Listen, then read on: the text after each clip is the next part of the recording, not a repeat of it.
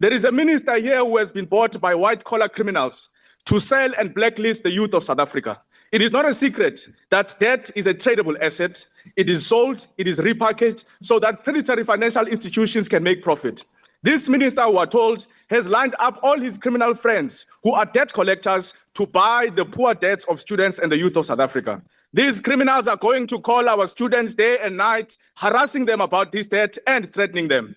By the way, a blacklisted young person cannot get a job. A blacklisted young person cannot get their first home. A blacklisted young person cannot get access to financing. A blacklisted young person cannot get access to their first cars and cannot even start their first businesses. These are students who studied under impossible conditions, hungry, without laptops and textbooks, sleeping in lecture halls and lecture theaters, yet they finished their qualifications against all odds. But when it is time to graduate, they can't graduate. Why? Because you withhold their certificates because they owe the universities money. Now you want to punish them for the second time. You've punished them already by not giving them their certificates. Now you are punishing them by blacklisting them. This same government will condemn our youth in a permanent cycle of debt, poverty, and humiliation.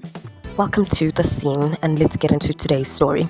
So our favorite MP, Sihle Lonzi, is at it again, fighting the good fights against people like Park Stau, who was so damn quiet at the Oval Office next to Trump, but is so great at being evil when it comes to the youth of South Africa. When South Africans talk about corruption, it seems like something that is so far-fetched, but seeing the faces actually makes it better, you know? Park Stau is at the forefront, apparently. Imagine getting blacklisted before you even get a job.